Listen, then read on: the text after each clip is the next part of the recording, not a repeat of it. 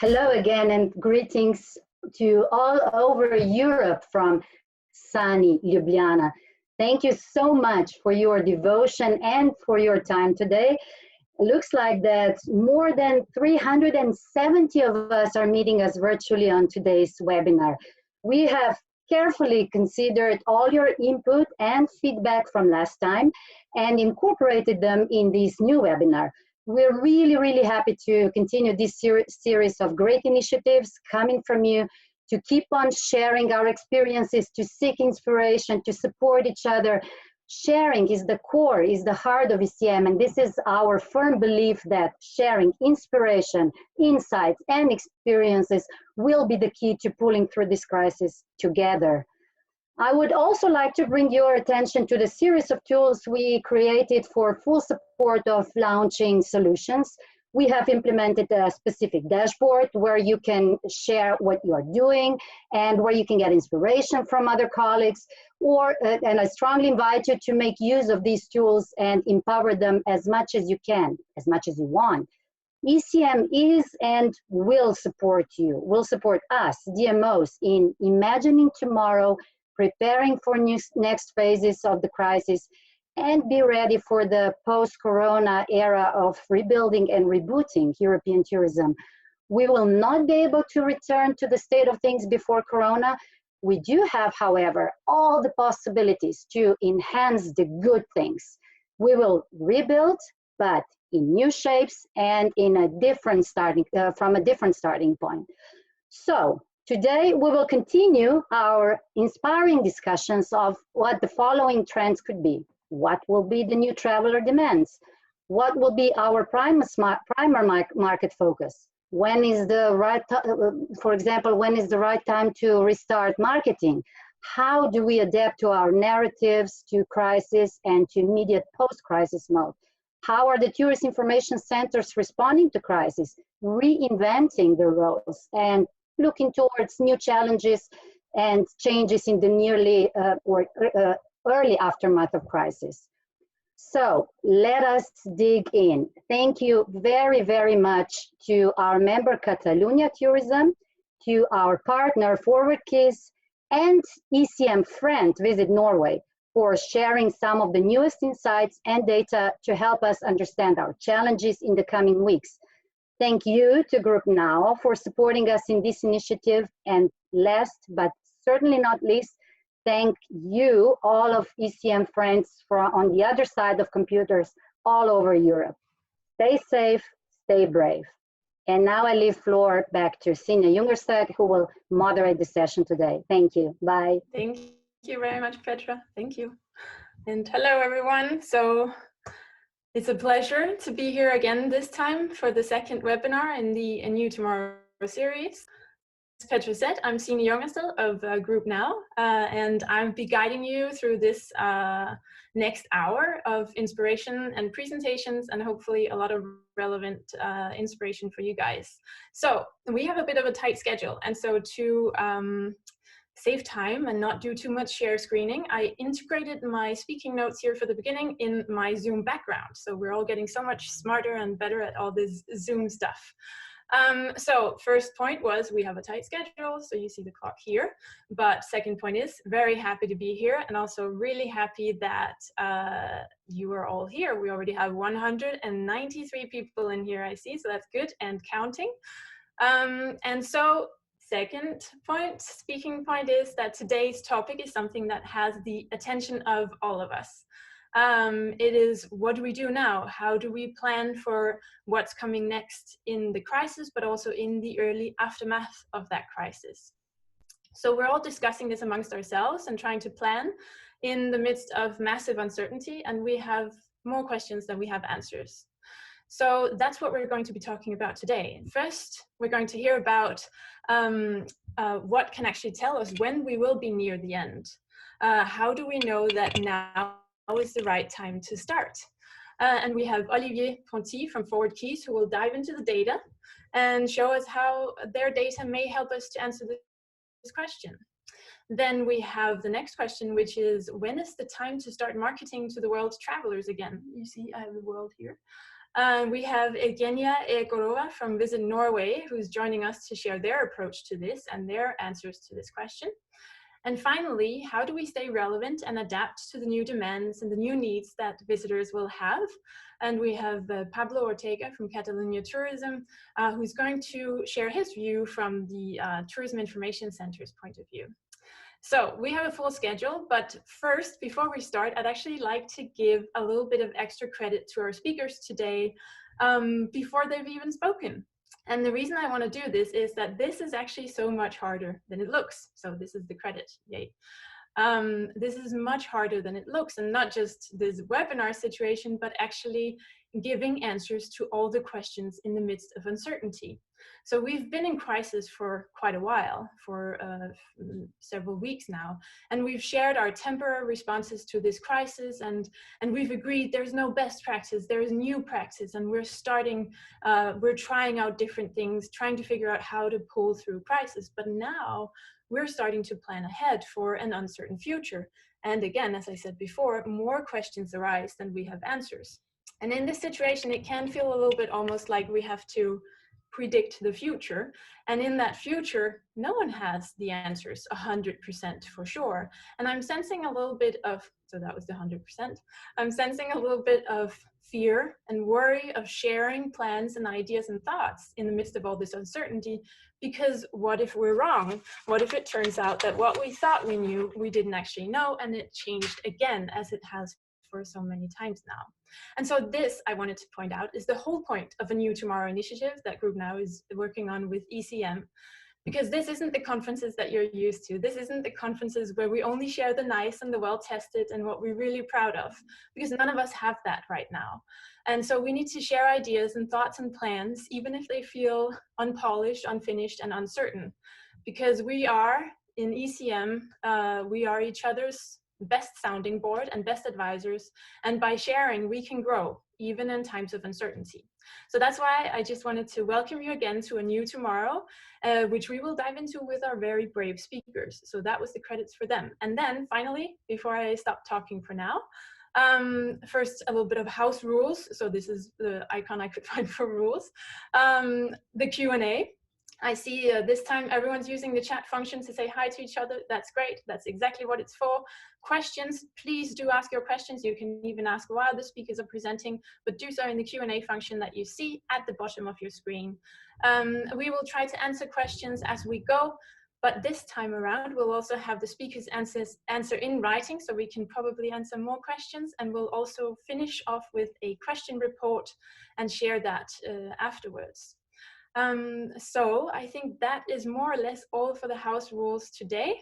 And I am ready now to introduce our first speaker, who is Olivier Ponti. He's Vice President of Insights with ForwardKeys, and he will share their latest data on travel in the world and explore what the data can tell us about what comes next and the end of crisis, if they can. So Olivier, the floor is yours. Good afternoon, everybody. Many thanks to ECM for having us on this virtual stage today. Judging by the names I saw in the chat box, many of you are familiar with ForwardKeys and the quarterly reports that we produce for the association. But let me say a few words about who we are and the kind of data that we use to start this presentation.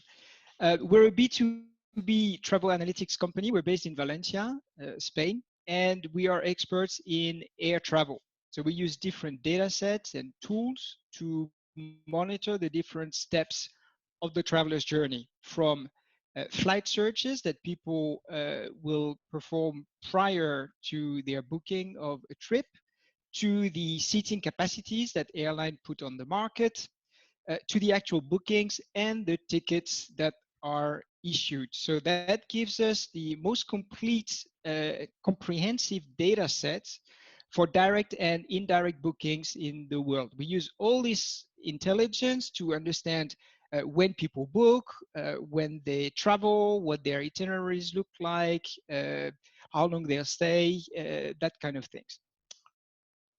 We combine this information to develop algorithms that help us anticipate the future.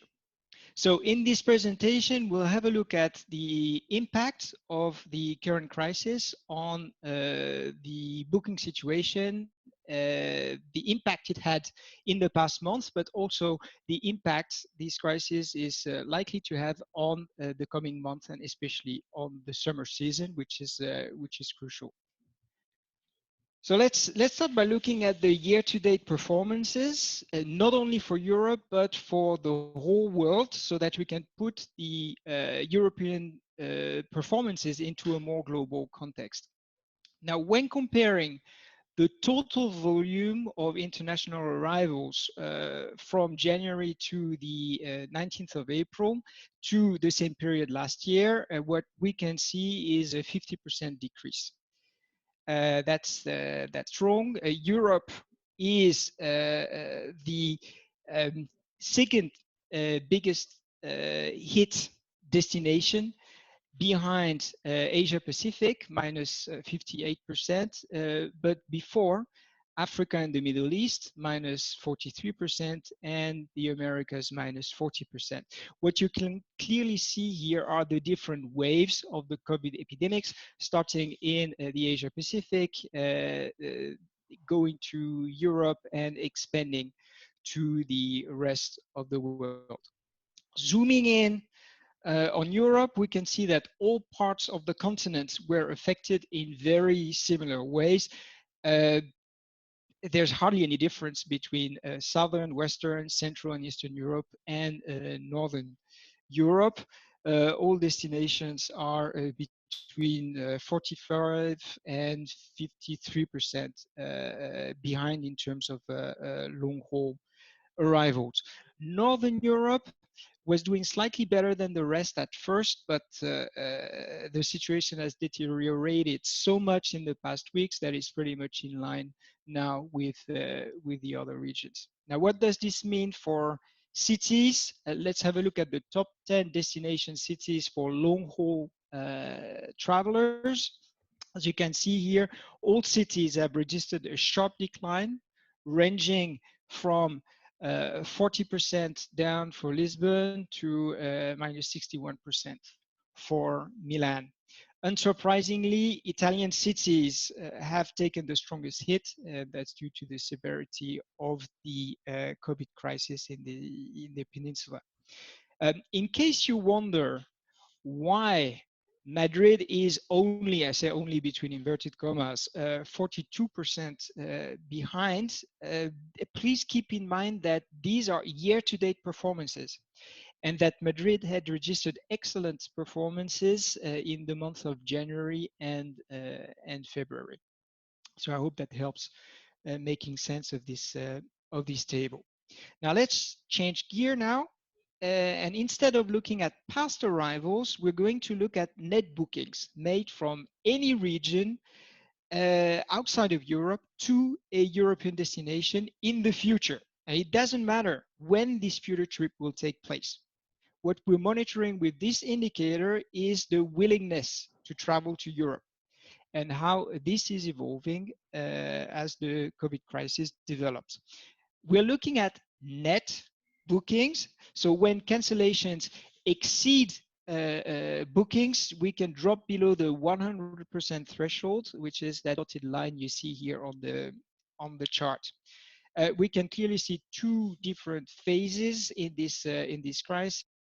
First here, starting from the week of the 20th of January, when China started introducing travel restrictions, a strong decrease from the Asia Pacific region, and then end of February with the Lombardy outbreak, an extension of this crisis to the rest of the world, to Europe first in blue, and then very quickly to the other parts of the world.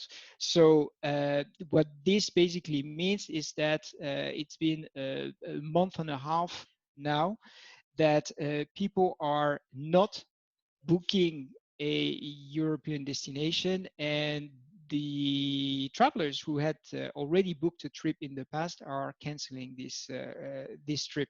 So it's a very, very tough situation. What is remarkable is the speed at which the crisis unfolded. We can see it here, that's the very early stages. We can see bookings to Italy in blue, bookings to Europe in orange. And in yellow, you see the number of confirmed COVID cases in Italy. First COVID cases were followed by a drop in bookings to Italy, but as the situation seemed under control, there was a bounce back.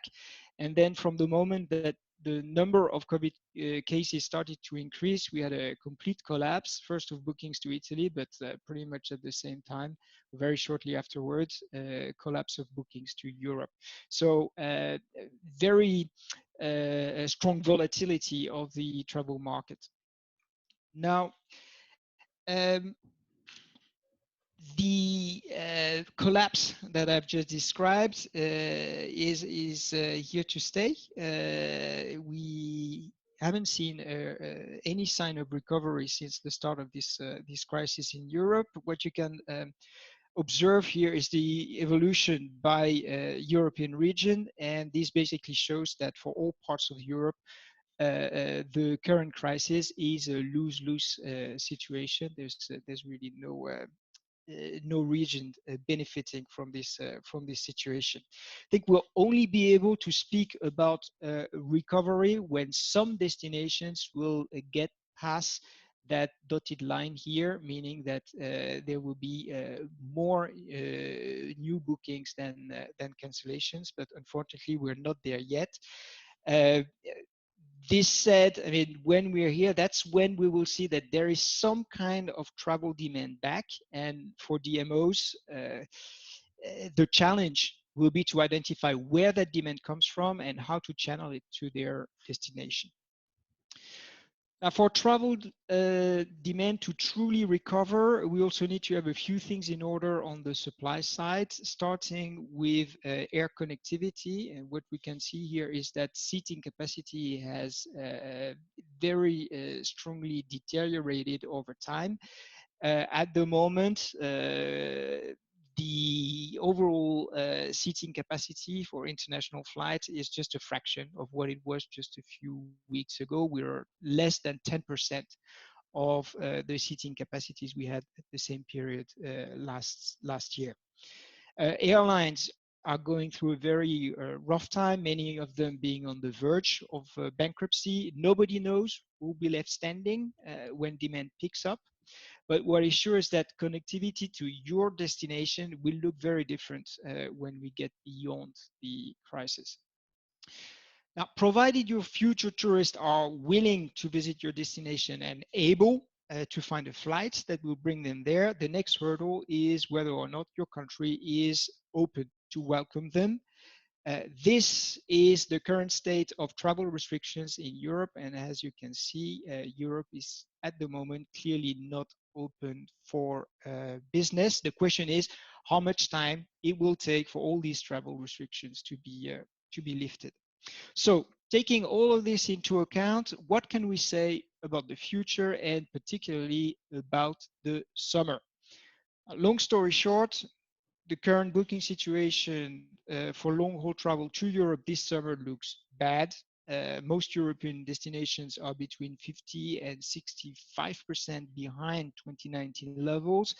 In our top 10, London, Paris, Rome, Barcelona, Madrid, and Frankfurt are more than 60% behind. This is bad. But as long as no new bookings are being made, which is the situation I just described, this can only get worse as the bulk of the booking season is yet to come. Now, this said, it is also possible to see the bottle half full instead of half empty. If the high season for booking a trip to Europe is yet to come, as you can see in this chart, it means that not all is yet lost, and that between the delayed bookings and the regular booking pattern, it is still possible to salvage the summer season.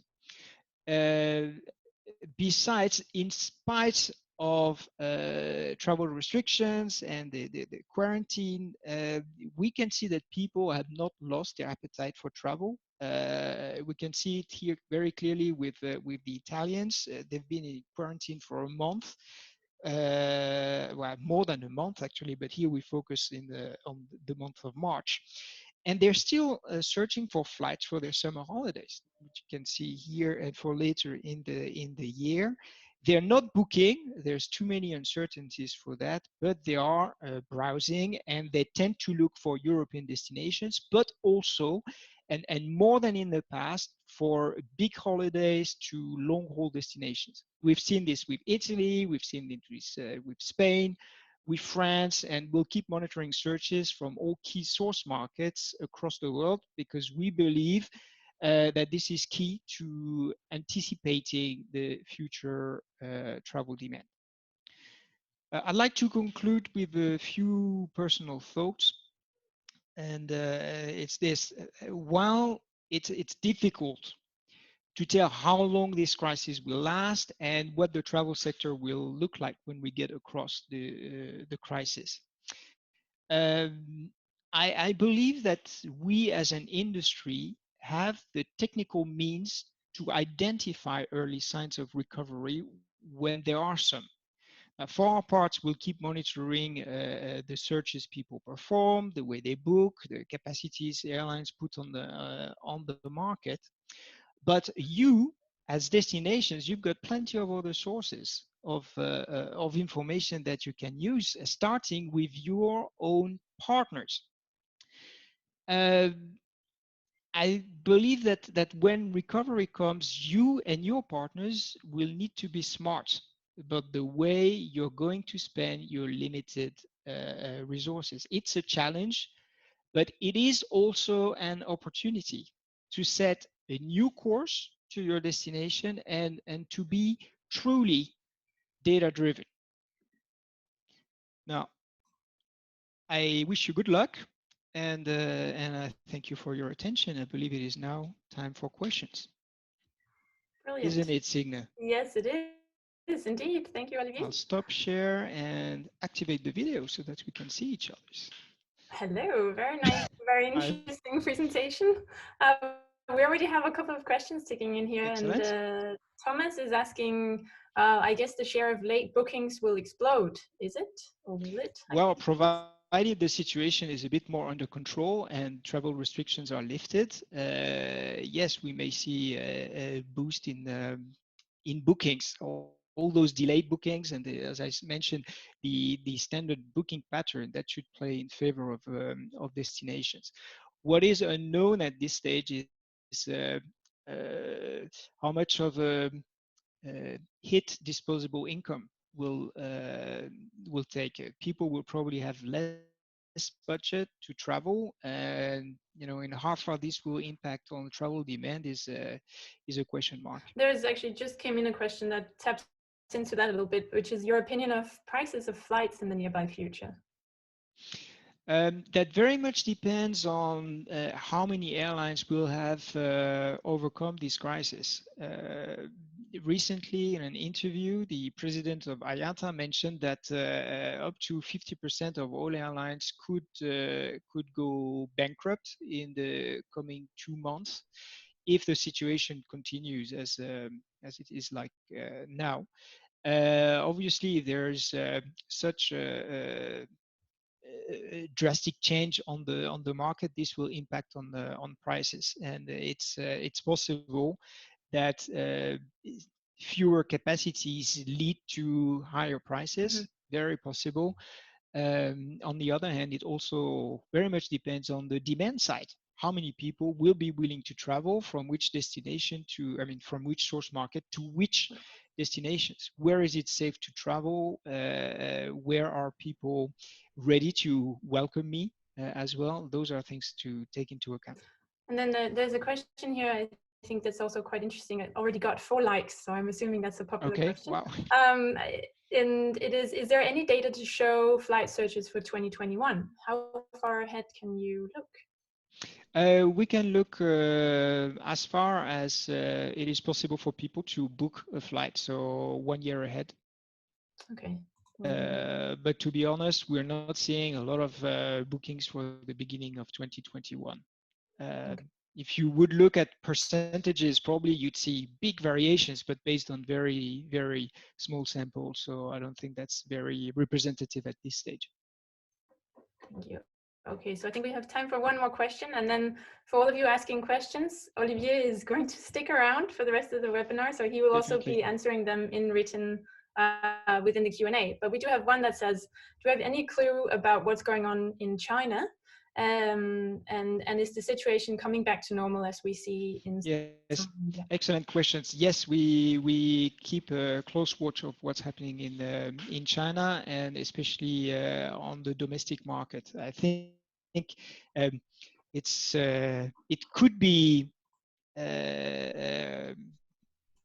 telling us how things could potentially evolve in Europe as well, provided the epidemic is under control. At the moment, we're seeing some movement on the Chinese domestic market, but very limited. End of February, when the Chinese economy started functioning again, we saw a slight increase in the number of domestic flights. But since then, things have stabilized. So we're still, very much below a regular level of activity, and that comes from the fact that it's still very difficult to travel, including inside of China. If you leave one of the tier 1 cities, you don't know how you will come back, and if you will have to spend a lot of time in quarantine or not. So it's definitely not a V-shape kind of recovery, and that's the worrying part. If it's the same in Europe when recovery comes, it's not going to give a big boost to our industry, and that's what we need at the moment. Right. All right. Well, thank you, Olivier. There's still questions ticking in. We'll see if we have time later on as well. But also, I see some of the questions are in the chat. Please move your questions to the Q&A so Olivier has them in one place and he can answer them there. Thank you, Olivier. I think you're most welcome. Thank you. Forward with the next speaker. It was very interesting. I think from this, what Olivier's presentation really shows us all is that it is certainly uncertain times, and we don't exactly know when it's going to shift. Yeah, so I was quite impressed actually to follow Visit Norway in the beginning of the crisis as well, because I think they were very quick to communicate what they were doing and what they were thinking. And so I'm very pleased that we can welcome Evgenia Egorova, social lead at Visit Norway, who will share their approach both during the crisis, but also how they are looking ahead as Norway and the rest of the world hopefully starts to travel again. So Evgenia, your floor.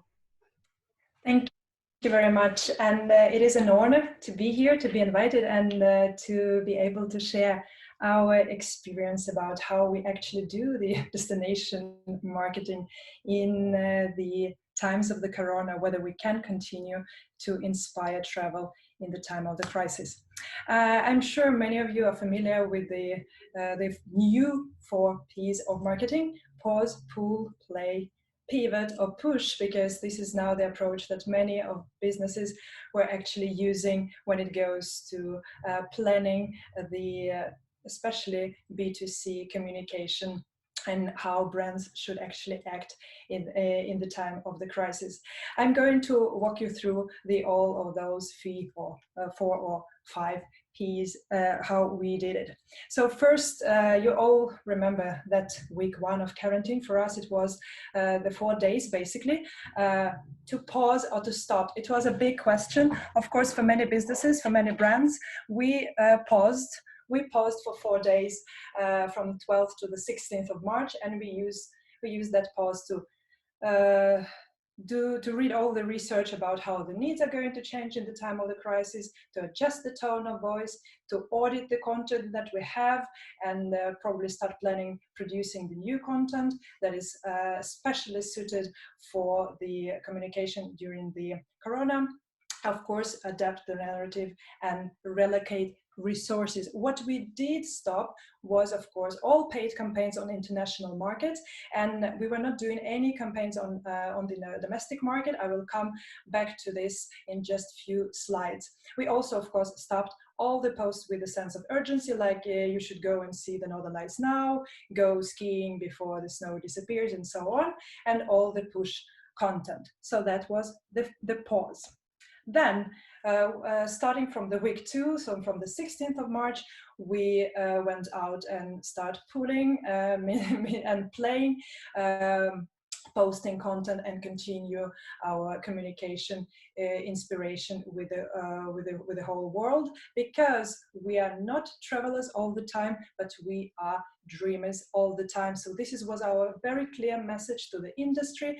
We have an industry blog where we put first all the info about why we are stopping and what are the plans for the nearest future, why we are stopping the paid campaigns, as well as we posted a separate article with our advice to the industry, how they should actually continue to communicate with the consumers, potential visitors. We came with some practical advice, of course, but the biggest one was do not stop. So the practical advice that we came with, and we kind of guidelines for the communication so far, starting from March, was of course all type of content that can help us to activate the followership, those who are followers us, because now in the time of the corona, you know the trends, people are spending more time online. It's like a biggest time ever for many. Of course, show support, provide more feel-good content, because these are the needs from the potential tourists, and if we can help them during this time, we are kind of planting these seeds for the future travel, inspiring them to come and to consider Norway in the future once it is all over. Of course, edutainment. My strongest belief is that we are working in entertainment. Tourism is entertainment. People want to be entertained, but of course they also want to learn something new, and now they have the time to consume all this content from different brands, including tourist brands. And of course, help them to escape, to enter into this dream phase, because when it's crisis, you want this, you have this need to just go away, well, virtually, but still. So dream now, visit later. Both the hashtag that we started using already from the 16th of March, and this was also like, this is the red line in our communication when it goes to communication towards the international markets, with all the pieces of content that we produce now and all the stories. It's to keep people in this dream phase, because yeah, we do hope that people will have a chance to visit us later, but of course we try to avoid this sense of urgency. So dream phase, dream now, visit later. The website was also adapted accordingly to communicate those things and those stories that are more in this dream phase and not so much into the visit now phase. Of course, show support, share feel-good stories. We produce several of those, and like the whole Norway was applauding for the health workers the first time over the whole country. And normally people would ask, like, is it tourism-related content? But it's about Norway is much bigger than Visit Norway. So we are producing the content that is actually telling now something about the whole country, the Norwegians, and the things we do. Also during the corona crisis, the Mountain Hearts campaign from Alpine Destinations is another example of how we actually share and support the industry and share this feel-good feelings. Of course, activating Visit Norway from home challenges.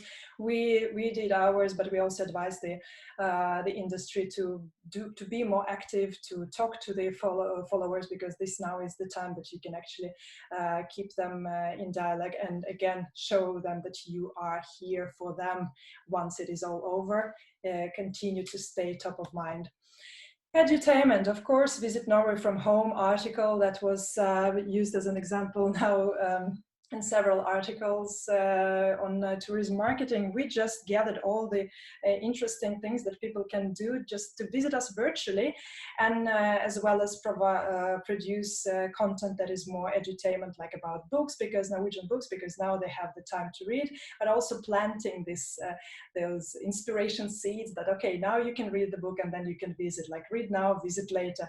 Also how you can recreate a Norwegian cabin at home without leaving home. all this kind of edutainment. When it goes to pivot, so pivot, fundamental change, but the biggest change for us this year, this season, is of course that we are focusing on domestic market. We haven't been doing marketing on domestic market for some years now, and our mandate is to do marketing for international visitors, because our funds are actually allocated for us to do tourism as an expert. But we had to use this time when we were like a couple of 3 weeks to get the go from the politicians to start the campaign towards the Norwegian market. And in this campaign we have the phase 1, we'll meet again. We have the phase 2 that we are developing together with the DMOs and partners, when we meet again. And we also are going to adapt all the campaigns and the evergreen stories that we were planning to launch for international markets, but that we cannot do this year. So basically, pivot and push. So when we can start pushing, when we can start going with paid campaigns again, like very simplified consumer journey. You first talk to the heart, then you talk to the brains, then you talk to their wallets, emotional advertisement. So the first part of our campaign towards the domestic market for summer 2020 will meet again, talking completely to the heart, to the emotions. Then the second phase that is now in production, when we meet again, more tailor-made content produced and is going live in May. And then we start tactical together with partners and DMOs, meaning we are starting paid campaigns from May basically and throughout summer. We'll meet again, it's more like showing support and staying top of mind. When we meet again, we'll be more towards the main important segments for us. And based on how those pieces of content, how those stories are going to perform in social media, we are going to do tactical and retargeting together with the partners so that we can reach those who are interested in family holidays in Norway, like Norwegians interested in family, so we can reach them with the concrete packages, concrete offers from the partners and destinations, and so on and so forth, for the more like cultural and history buffs, or for those who are more interested in adventures, and or for those who are more interested in escape and zen. So this will be the retargeting phase 3. When it goes to international, here we are still basically doing the pull and play and not so much push, because our main focus is now on staying top of mind when it goes to international guests. So of course we are providing them some food for thoughts, but a lot of emotional and escape and dreamy content with some small budgets, but we are basically talking about social media so far, and a little bit work with press. When it goes to big paid campaigns, our hopes are to start going live with those in autumn 2020. But of course, I'm sure that many of you are now doing the so-called yoga marketing. You just have to be so flexible. Suddenly everything changes. Like for our Norwegian campaign, we were planning something completely different for the phase 2, because at that time it was not so clear whether Norway is going to be open for summer. And then our Prime Minister and our Minister of Trade, they went out and said, you have to prepare for Norway holidays. So we had to adapt the whole phase 2 and phase 3 pretty quickly. So the same goes to our international campaigns. Maybe we will have the opportunity to start earlier. So for international visitors, we continue with Dream Now, Visit Later, while for Norway, from Dream Now, Visit Later, we go slowly towards Dream Now, Visit Soon, and hopefully Visit Now. Yes, so this was it. Stay in touch, and I'm looking forward to get your questions, guys. And once again, thank you for this opportunity to be able to share our experiences. I included some links in the same presentation that you guys will get. So if you want to have a look at our campaign films that I was mentioning in this presentation. Yes. Thank you, Evgenia. Very, very interesting. And also highlighting how difficult it is to plan ahead right now, I think. And we actually have a quite interesting question for you here, which is Thomas asking, is it worth for cities to promote their summer while we know the tourists will seek for open air, sea and sun and countryside? What's your view on this? Well, we actually, of course, the open air and everything, what we try to do together with destinations, for example, when it goes to Norway, but the content we produce nowadays, we try to produce it also evergreen, thinking about the next season and also of resources. What we tell them, please try to include those attractions and activities that are like in open air, but also in combination with, like, everybody knows about the North Cape, the northernmost point of Europe, but there is also a hiking trip to the real northernmost point of Europe. And in order to do that hike, you actually have to stay overnight at the North Cape. So, and that hike is free of charge.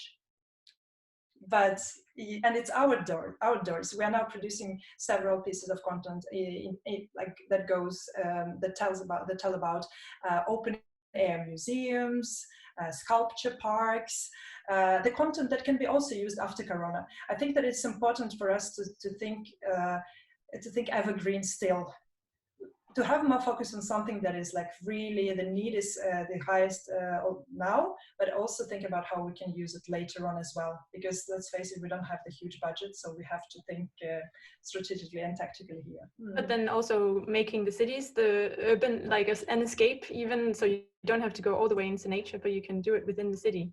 Yes. Well, like it's easy in Oslo, that is basically in the forest, and it's easy in most of Norwegian cities. We have hiking trips from starting in the city center of any Norwegian city, basically. So, yes. Okay. There's a lot of positive comments as well. Well done, Norway, and everyone seems to like the local to local communication. And so one last question, and then again, Evgenia will stick around and answer the questions as well in the Q&A function. But there's a question here of the KPIs that you use to measure the campaigns. For the Norwegian campaigns, we actually, I have to be honest with you, we haven't landed the KPIs, but of course, when it goes to retargeting, it's of course the conversion and the bookings with the partners. Mm-hmm. While for the more like emotional part of it, the first phase, it was the reach and the views of the videos, and it surpassed our expectations. It's now like 2 million views or something plus. So on Facebook, and so we're still adjusting the KPIs because we are not selling anything. We are like inspiring the world to visit Norway, but at the same time that we have our partners who are interested in very concrete results. So it will be the tactical part will be with the KPIs like bookings, of course, and traffic to site, and of course time on site. Yeah. Okay. Brilliant. All right. Well, I'm always so surprised at how fast time goes in these webinars. But Evgenia will stick around. There are still more questions in the Q&A function, and actually a lot of very good questions. So I hope you will go there and answer some of them.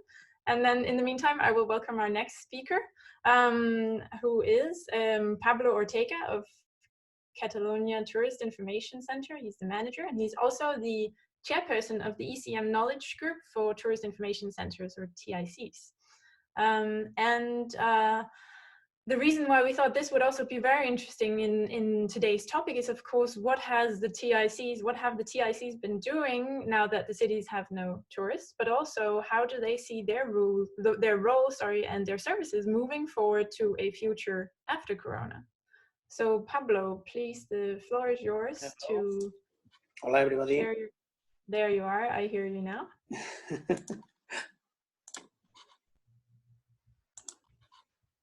Let's go. This is. There we go. Here we go. So, hello, everybody. I'm happy to be here and speak on behalf of the ECM TIC Knowledge Group, as well as on behalf of Catalonia TIC. in this double presentation.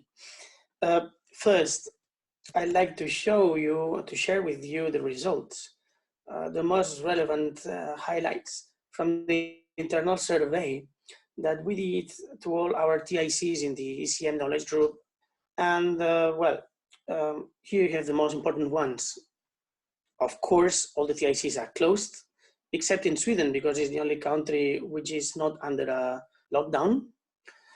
As they are closed, most of them, they offer all the telematic assistance through email, chat, call centers, any appliance they have in order to keep servicing people as much as they can.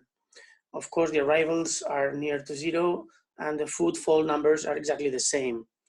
As a consequence, there is an important economic challenge now because most of the TICs in Europe are funded partially or totally with tourist taxes, with the sellings. They sell tickets, they sell experiences, they sell city cards, many products and services that they are completely disappeared from the regular incomes.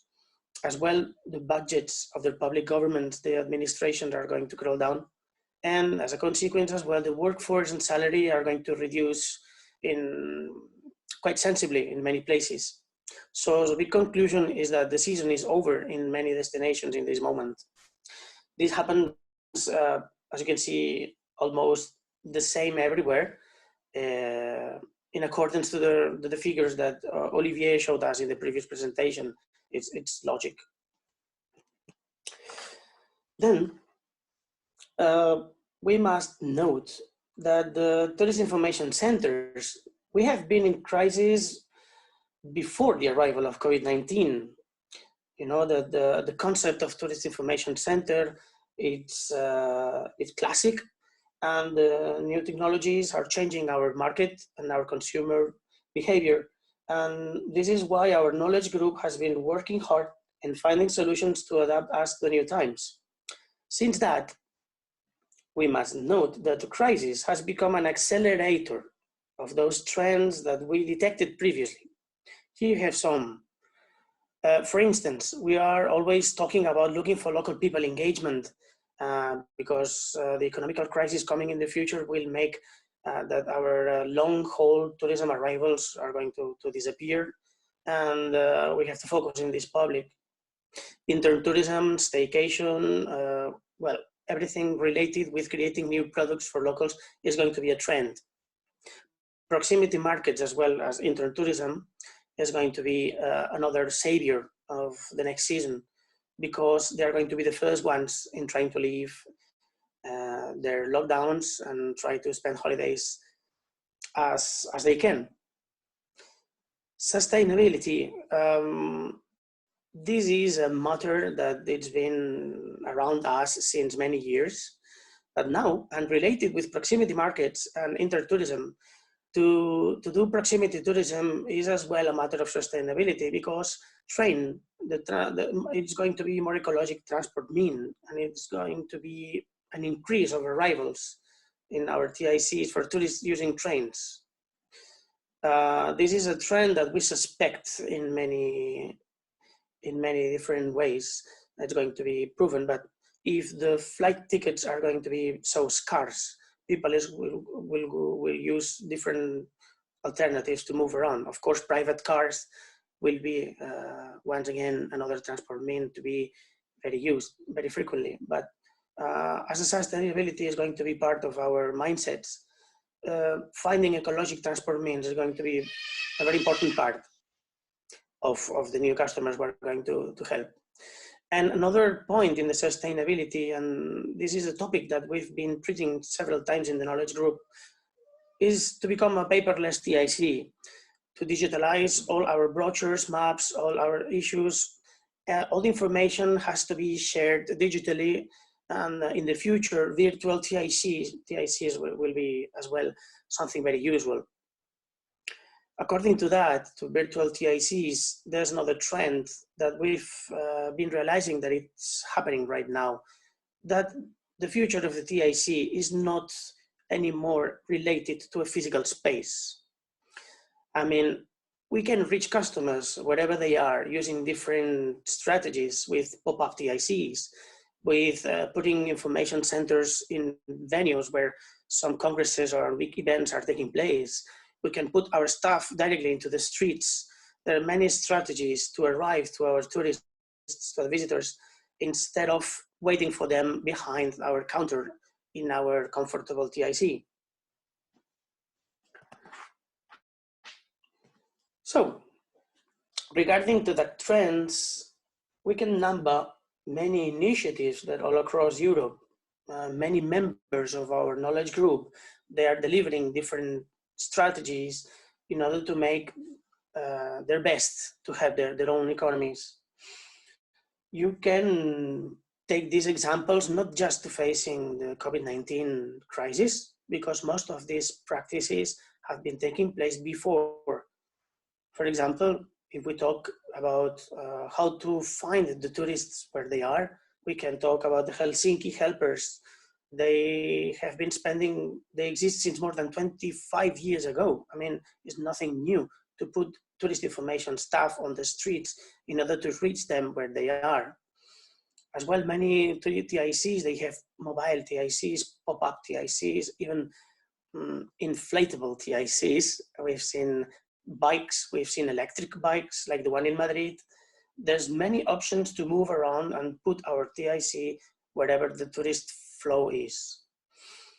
As well, another good practice that these days is becoming an important issue, but it can help wherever a new situation happens, is to bring our staff in other places where they could be more helpful. The cities of Genoa, the city of Uppsala in Sweden, they redirected their staff to help in other needed areas. As well in Catalonia, the health system asked for volunteer public workers, and some of our staff members, they help in administrative tasks. So we have very high skilled staff. They speak many languages with abilities to keep talking, to help people face to face, and they can take advantage of these soft skills to help wherever they are needed, not only in tourism, if now they are needed in another place. So this adaptability is as well a very good practice, finding these soft skills in your staff members. Instant messaging services. This is something which is not new, but these days is having a lot of success in many places because many people is trying to keep in touch with their tourist information centers through the mobile devices. Some of them, they have used different apps, but maybe WhatsApp is the most common one and one of the most successful ones. Pablo, I just wanted to mention that we have just 1-2 minutes left, just so you know. Whoa. Yeah. Okay, hurry up. So there are many good practices that you can see in our members.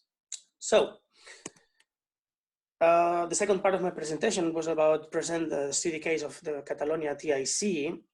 I would like to point that it's the first time that a strategic plan in our country has a specific chapter for the TICs. Well, what is the main point of that? That they want us to transit the tourist information center into a tourist information service. What does it mean? We have to take this traditional TIC and try to put in the scene a new Catalonia flagship TIC with a new philosophy. We are aware that we are going to have less visitors, but it's not a bad news. It means that we have more time per each visitor, and it means that we can deliver a much better experience to each one of these visitors. So we can increase our quality, and we can deliver a very good experience for them. We are as well finding a new location. We have an agreement with the Catalonia History Museum in Barcelona. It means that it's not just a location, but it's an alliance with them. So our storytellings can be merged into a single one, because history is culture, heritage, and tourism. They can become all together in the same storytelling of our destination. And as well, we are changing our business concept. We are not just servicing B2C strategies. We are not servicing our visitors, but as well our local DMOs. So we are going to help our TIC local network which is covering more than 190 TICs in the region. That's the last slide. I'm finishing up. Apart from this strategy, which was previous to the arrival of the crisis, because of the breakout, the marketing campaign for this year has been changed. Now we are promoting only the proximity tourism. As you've seen in the polls before, we are facing a campaign which is abandoning the long haul markets. And we are going to try to engage the locals with the national tourism industry. So we want to make our locals who have money to spend in their holidays to contribute to help their own companies. As well, we are giving financial help, and we are going to try to increase our reservations through the marketplace, both online and offline in our TICs. And in the end, just the last one to finish, we have a philosophy that if visitors don't come to us, we'll go to our visitor home if it's needed. So we are trying to put on a virtual TIC, which will be run by our staff, which is at home, and we are going to implement these technologies in order to help all these people who is willing to come to our country in the future when the crisis is over, and we are helping them without leaving their homes. So thank you all. I've tried to be as quick as possible. Perfect. It was me running a little bit late, I think. It was really interesting, Pablo, and I think just hearing about the new role of TICs also for the SMEs, it's a new group of stakeholders and even a new type of services. There's so much we could also talk about. Will the post-corona world be more or less hospitable, do you think? And so, but unfortunately, we're out of time. And so I know there are some questions. Let me just see, we're 2 minutes over. So if we're a little bit naughty, I guess we can go 1 more minute over. And there's a lot of questions about the whole idea of digital services and so on. I think, I'm just trying to find one of the questions. I'm getting a little lost in here. Yeah, so I think one question here is, what are the possibilities to have remote TICs served in the most relevant spots of the city in the future? Any idea about costs?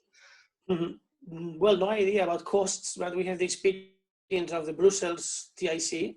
In Brussels, they have a remote service. They have a kind of kiosk with a display and a camera, so you can be assisted by somebody working in the city center. But for those arriving into the airport, I know it was a nice experience, but I think it's not working anymore. I don't know why, but we can ask to our colleagues, and of course we can find more information about that. Yeah, it's something that happened. We have experience in that, and our members, they have answers. If you want, you can send me emails or whatever. I'll try to find it for you. I wish we had more time to discuss for now. But thank you so much, Pablo. And I know there are some questions for you that you can answer in written afterwards as well. And of course, also contact Pablo directly. Yeah. So that's it for now. And a full hour and 5 minutes already went by. And so you'll have an evaluation afterwards. Please let us know also if you prefer to have more discussions, more questions, or if you like the number of speakers within the hour. We know that you have a tight schedule, and we don't want to pass too much of your time. We want to keep it super relevant. So that's it for now. Next time, our webinar will be on May 13th, and we will dive into the tourism stigma and the safety issues that are part of adapting to this new normal that we're all facing. So thank you so much, and take care. Bye, everyone.